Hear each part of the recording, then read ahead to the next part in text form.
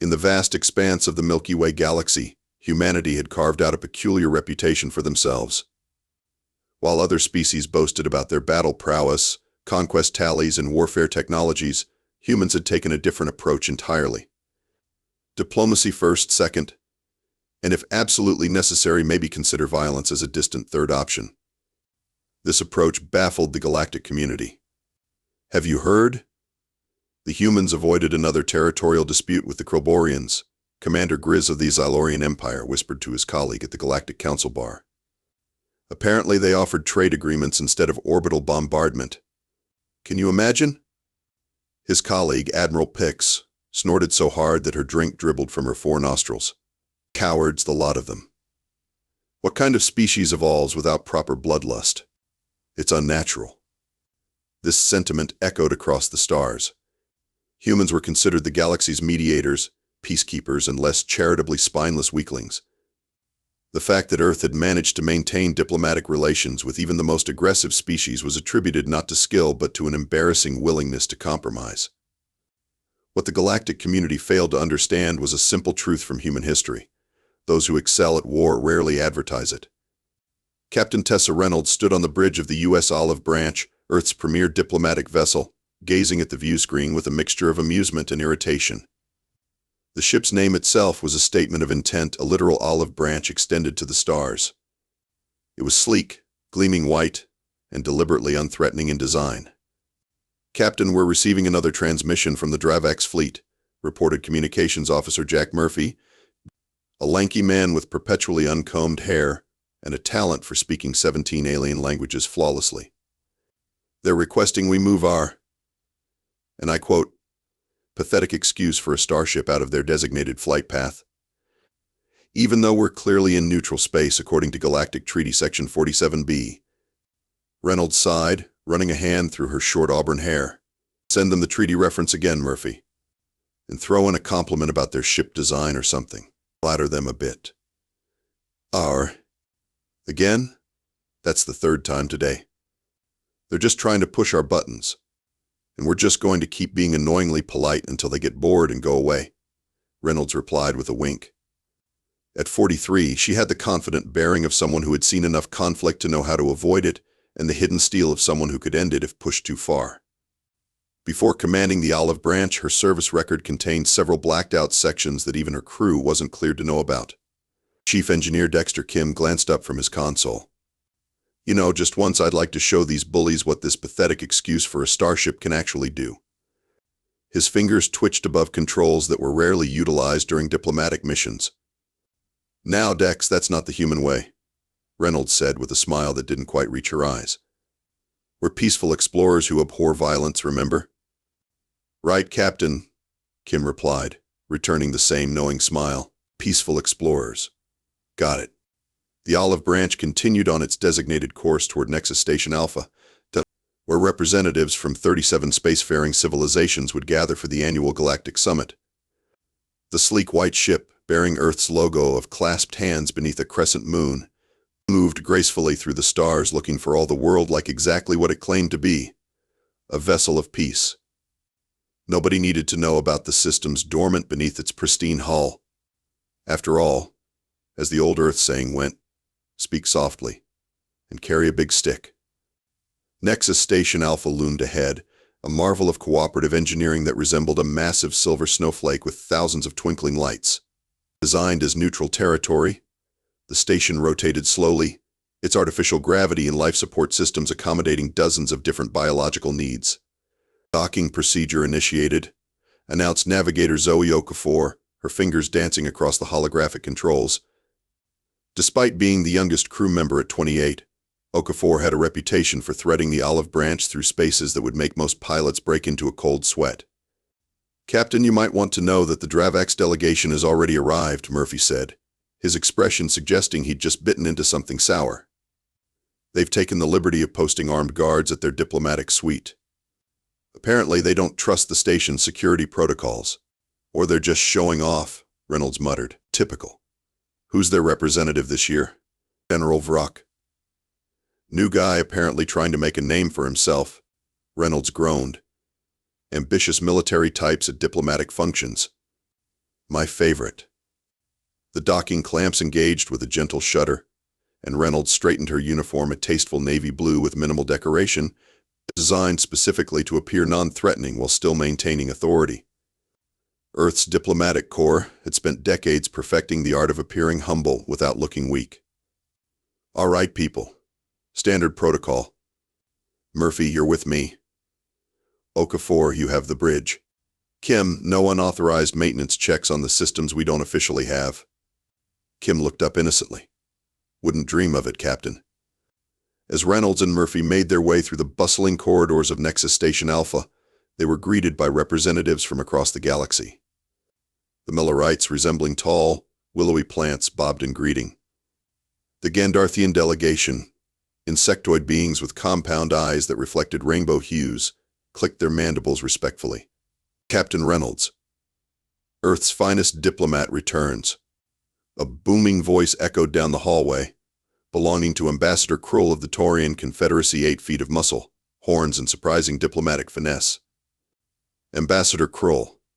Always a pleasure, Reynolds replied, accepting his hand clasp with practiced ease, careful to avoid the ritual being turned into a strength contest as Taurians were often prone to do. I hear the Dravaks are looking to cause trouble this cycle, Krull rumbled quietly. They've been spreading rather unflattering opinions about humanity's constitution. Let me guess, Reynolds said dryly. We're soft, weak, and too afraid to fight our own battles? Your words, not mine, Krull replied with a twinkle in his 4 eyes. Though I did mention that I've seen you negotiate the Balerian Accords without blinking when everyone else was ready for war. Takes its own kind of strength that... Their conversation was interrupted by the arrival of the Dravaks delegation.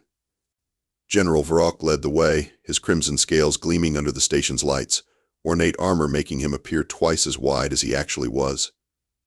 Dravaks were reptilian humanoids known for their military prowess and their absolute conviction in their own superiority. Ah, the humans arrive, Vrok announced loudly, his forked tongue flicking between sharp teeth. I was just telling my colleagues about Earth's impressive record of surrendering before battles even begin. Reynolds smiled pleasantly. General Vrok, I believe? I've studied your tactical analyses from the Outer Rim conflicts. Brilliant work, especially your paper on adaptive response strategies. Vrok blinked, momentarily thrown off balance by the compliment. You read my tactical analyses? Of course. At Earth's diplomatic corps, we believe understanding potential adversaries is the cornerstone of avoiding unnecessary conflict. Avoiding conflict, Vrok recovered, sneering. How very human. Before Reynolds could respond, the station's alarm system blared to life, red lights pulsing along the corridors. Attention all delegates. The station's AI announced in multiple languages simultaneously. Unauthorized vessels approaching. Defensive protocols engaged. Please proceed to your designated security areas. The diplomats erupted into chaos, some panicking, others immediately reaching for concealed weapons. Through the nearest viewport, Reynolds could see 5 sleek, black ships approaching, their design unfamiliar but their intent clear as they opened fire on the station's outer rings. Reynolds tapped her communicator. Olive Branch status report. Captain Kim's voice came through, tense but controlled. 5 unidentified vessels, heavily armed, station shields at 82% and dropping. They're using targeted strikes against the defense systems. General Vrok pushed his way through the crowd toward Reynolds. The station will not withstand a coordinated attack. Its defenses are designed for deterrence, not warfare. For a brief moment, Reynolds' pleasant diplomatic mask slipped, revealing something cold and calculating beneath. Then, as quickly as it had appeared, the expression was gone, replaced by calm determination. Well then, General, she said, her voice carrying an edge that hadn't been there before. It seems we have a situation that diplomacy alone might not solve. How unfortunate. The station shuddered as another volley of weapons fire struck its shields. Diplomats from across the galaxy scrambled toward their designated safe zones, many casting accusatory glances at rival delegations, but suspicions already forming about who might be behind the attack. Reynolds strode purposefully toward the station's command center, with Murphy and, surprisingly, General Vrok following close behind. This is clearly the work of the Thrashing Collective, Vrock declared. They've opposed these peace talks from the beginning. Interesting theory, Reynolds replied without slowing her pace. Except Thrashin ships have distinctive energy signatures, and they wouldn't attack directly. Not their style. Vrock's eyes narrowed. And how would a human diplomat know such tactical details? Reynolds didn't bother answering as they reached the command center, a circular room with view screens displaying the ongoing attack from multiple angles. Station Security Chief Lorix, a blue-skinned Palaxian with compound eyes, looked up in relief. Captain Reynolds, thank the stars. Our defensive systems are failing faster than anticipated. These attackers know exactly where to hit us. They're targeting power relays and shield generators in sequence, Reynolds observed, studying the attack pattern. This is professional work. The Crimson Talon mercenary group, Murphy suggested, pointing to a specific energy reading. That propulsion signature is distinctive. General Vrock scoffed. Mercenaries? At a galactic summit? Who would be foolish enough to hire them for such a blatant attack? Someone who wants to disrupt the peace process, Reynolds replied. Or someone who stands to profit from increased tensions. She turned to Security Chief Lorix. What's the status of your defense fleet? Lorix's antennae drooped. The honor guard vessels were scheduled to arrive tomorrow for the main ceremony. We have only 2 patrol ships currently on station, and they're outmatched. The station rocked again, lights flickering ominously. Shields at 47% and failing. A technician called out, estimated breach in 15 minutes if attacks continue at current intensity. Vrock slammed a scaled fist onto the nearest console. This is why diplomatic stations should be properly armed. Your peaceful intentions mean nothing when faced with those who respect only strength. Reynolds ignored him, tapping her communicator again. Olive Branch, this is Reynolds. Initiate Protocol Jericho. Captain? Kim's voice betrayed surprise. Are you sure? That's not exactly diplomatic. Confirmed, Dex. Jericho Protocol. Authorization Reynolds Omega 73. Understood, Captain. Initiating now. Vrock moved closer to Reynolds, studying her with newfound curiosity. What is this protocol? What can one human diplomatic vessel possibly do against 5 armed mercenary ships? Reynolds smiled thinly. You've made it abundantly clear, General, that you think humans are cowards who avoid conflict at all costs. Care to put that theory to the test? What do you mean? A challenge, Reynolds said. Your warriors against my diplomatic crew. Let's see who can save this station. Vrock's scaled features contorted into what passed for a smile among the Dravaks. You cannot be serious. My delegation includes 12 elite combat veterans. Your ship carries what? Diplomats and bureaucrats? Then you have nothing to worry about, Reynolds replied coolly. Consider it a wager. If my crew proves more effective at defending this station than your warriors, you publicly retract your statements about humanity's cowardice. And when you fail? Then Earth's delegation will support the Dravak's military expansion proposal at tomorrow's council meeting, assuming we're all still alive to attend it. Vrock considered this for a moment, his reptilian eyes calculating. Finally, he extended a clawed hand. Agreed. Let us see what these humans are truly made of. As they shook, Reynolds gave him a smile that should have warned the general that he had just made a terrible mistake. Murphy, Reynolds said, turning to her communications officer, contact the Olive Branch. Tell Kim to deploy the response team and the diplomatic package. Murphy's eyes widened slightly. The full package, Captain? Why not? We've got an audience to impress. As Murphy relayed the orders, Reynolds turned back to the view screens, watching as the Crimson Talon ships continued their systematic attack on the station. You should know, General, she said conversationally, that before I joined the diplomatic corps, I spent 15 years in a division of Earth's military that officially doesn't exist. And what did this non-existent division do? Vrock asked, his voice dripping with skepticism. Reynolds watched as the Olive Branch began to move from its docking position, its pristine white hull gleaming against the darkness of space. We ended conflicts before they began, she said softly, by any means necessary. The command center had transformed into an impromptu war room. Reynolds stood at the central tactical display while General Vrock positioned his warriors at key junctions throughout the station. The Dravak's approach was predictably straightforward, heavily armed defensive positions at critical choke points, prepared to repel boarders. "Your crew still hasn't arrived," Captain Vrock noted with thinly veiled satisfaction. "Perhaps they're having difficulty finding their courage?" "Patience, General," Reynolds replied, not looking up from the tactical display. "Not all strategies involve standing in a corridor with a weapon." On the view screens, the Olive Branch was performing an unusual maneuver, positioning itself directly between the station and the attacking vessels. "What is your ship doing?" Security Chief Lorix asked, antennae twitching anxiously. "It's making itself a target. It's buying us time," Reynolds explained. Chief Kim is quite resourceful. As if on cue, her communicator activated. "Captain Kim here. The diplomatic package is ready. Where do you want it?" "Maintenance shaft 47B, central hub access," Reynolds replied without hesitation. "And decks? Make it theatrical." "With pleasure, Captain." Vrock moved closer to the tactical display. "Your single ship cannot withstand concentrated fire from 5 mercenary vessels. Whatever plan you have." He was interrupted by Murphy, who had been monitoring communications. "Captain, I'm detecting unauthorized access to the station's environmental controls. Someone's tampering with life support systems in sections 3 through 7. "The mercenaries are already aboard," Reynolds concluded. "Clever. They used the attack as a distraction for infiltration teams." "My warriors will crush these intruders," Vrock declared, reaching for his communicator. Reynolds laid a hand on his arm. "Wait. Let's not be hasty. I suggest a more creative approach.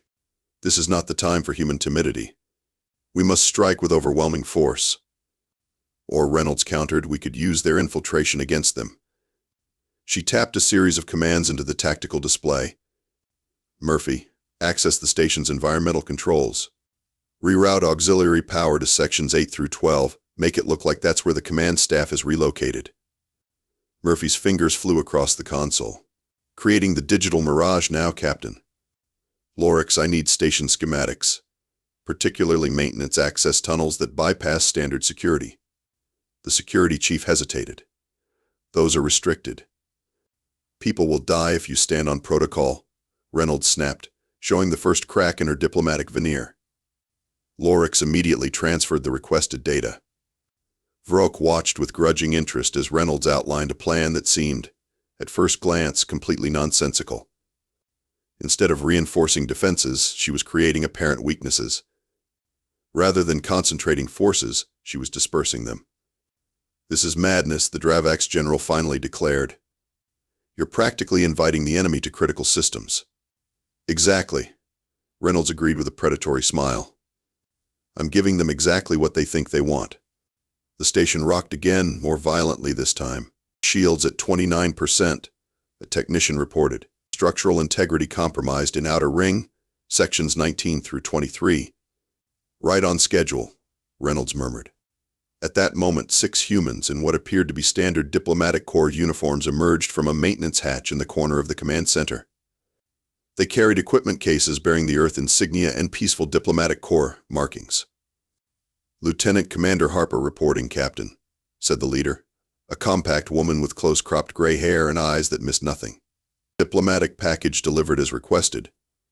"Excellent timing," Harper, Reynolds replied. "Set up and prepare to execute on my mark." The newcomers quickly began unpacking their cases, revealing equipment that looked nothing like standard diplomatic gear. Vrock stared in confusion as they assembled devices he couldn't identify, set up what appeared to be portable shield generators, and distributed weapons that definitely weren't in any diplomatic corps catalog. "What is this?" he demanded. "These are not diplomats." "Oh, but they are," Reynolds corrected him. "They're specially trained in cross-species negotiation techniques. They just happen to have additional skills." Harper approached with a small device. "Tactical overlay ready, Captain. All teams in position." Reynolds accepted the device and activated it, projecting a 3-dimensional map of the station with moving indicators showing both friendly forces and suspected enemy positions. Now, General, she said, turning to Vrock, would you like to see how humans avoid war? Before he could respond, the lights in the command center dimmed as the station's power grid fluctuated under another attack. Execute Phase 1, Reynolds ordered.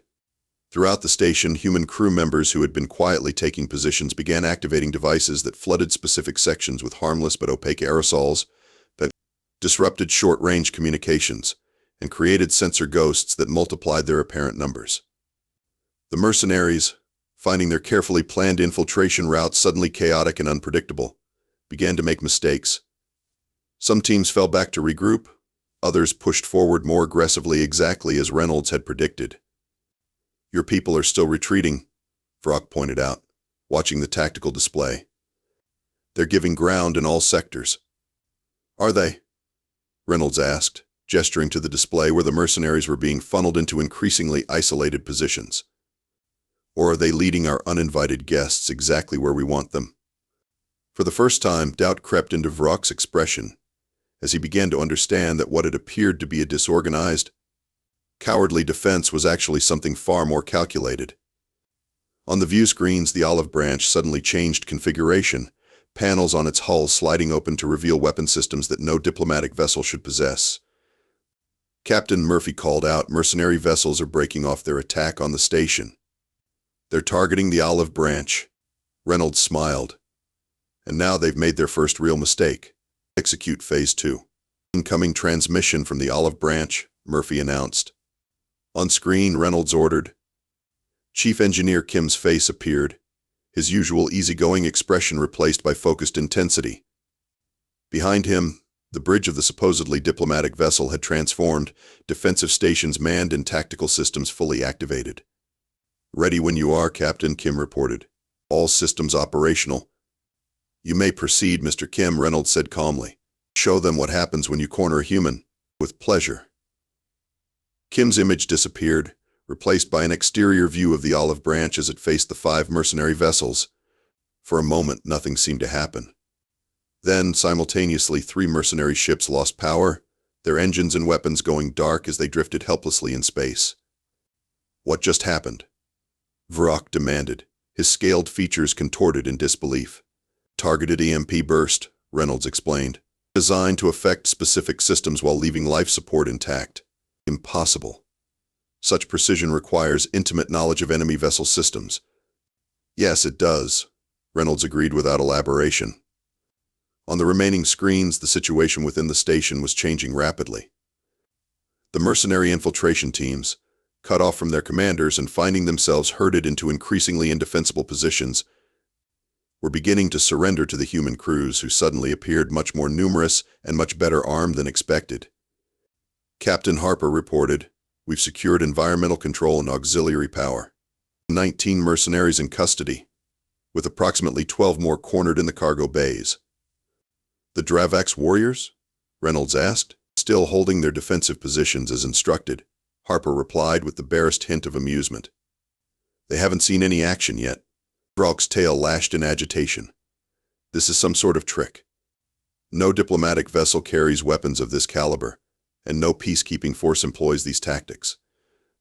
Reynolds turned to face him fully. You're absolutely right, General. And that's the point you and so many others have missed about humanity. She gestured to the view screen where the Olive Branch was now systematically disabling the remaining mercenary vessels, using precision strikes that disabled without destroying. Humanity doesn't avoid war because we're afraid of it. We avoid it because we're terrifyingly good at it.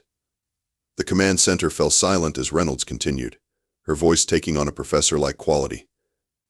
Earth's history is thousands of years of warfare, General. We've killed each other over resources, religion, ideology, and sometimes just because we could.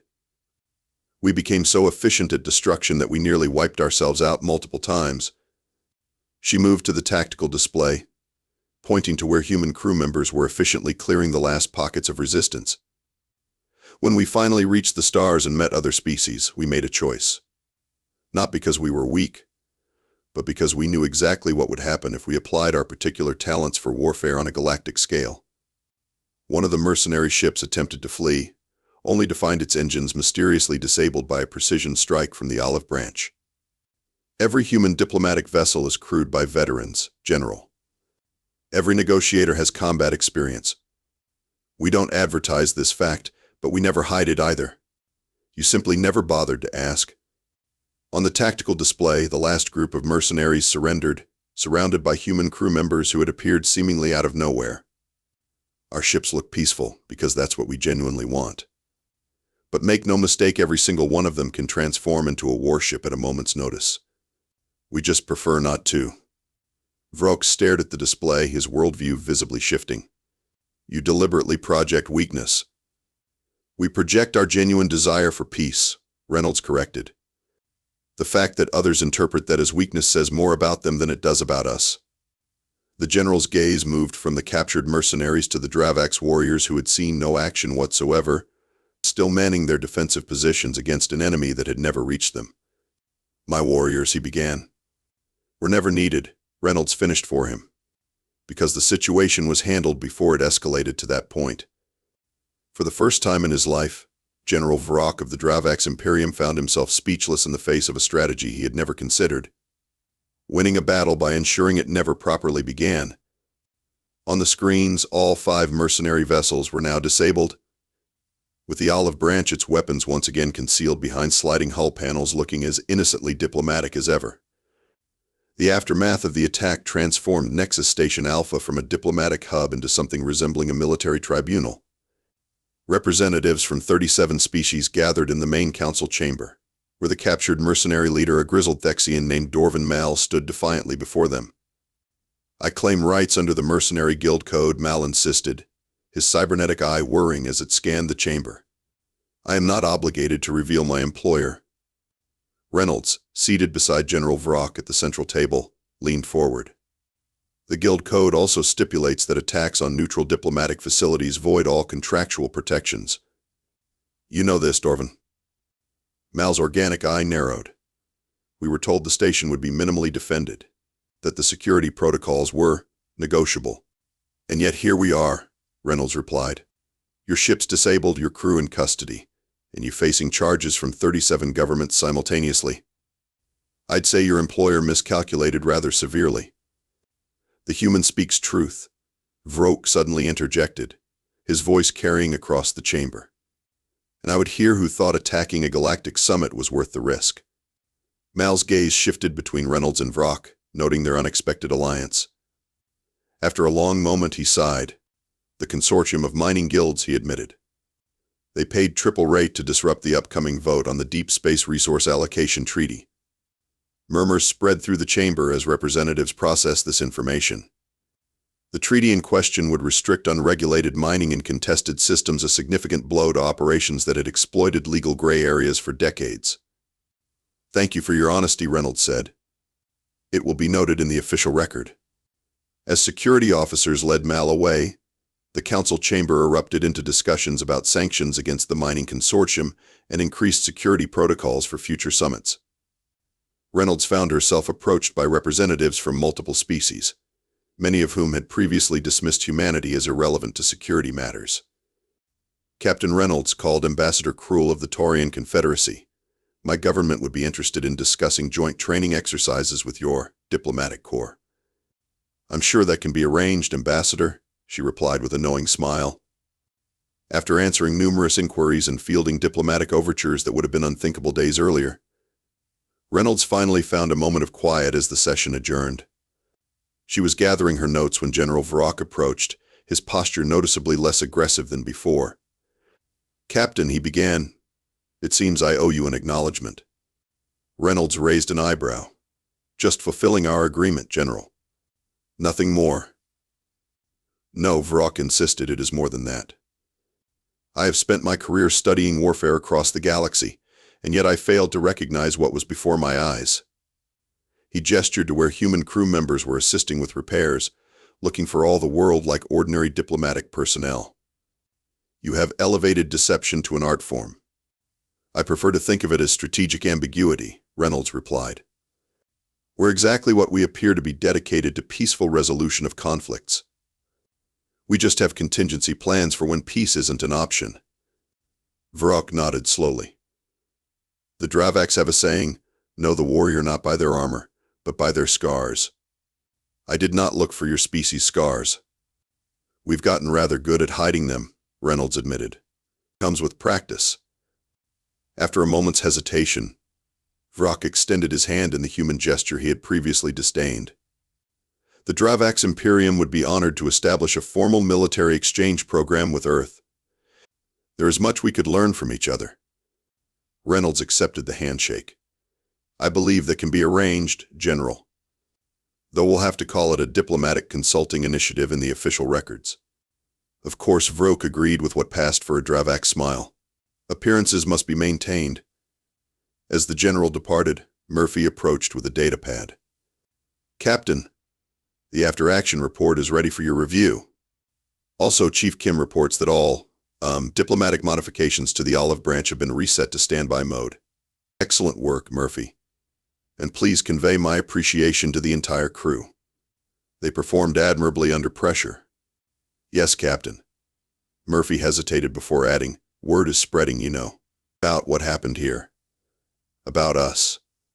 Reynolds nodded thoughtfully. Perhaps that's not entirely a bad thing. A reminder now and then keeps the peace better than constant demonstrations.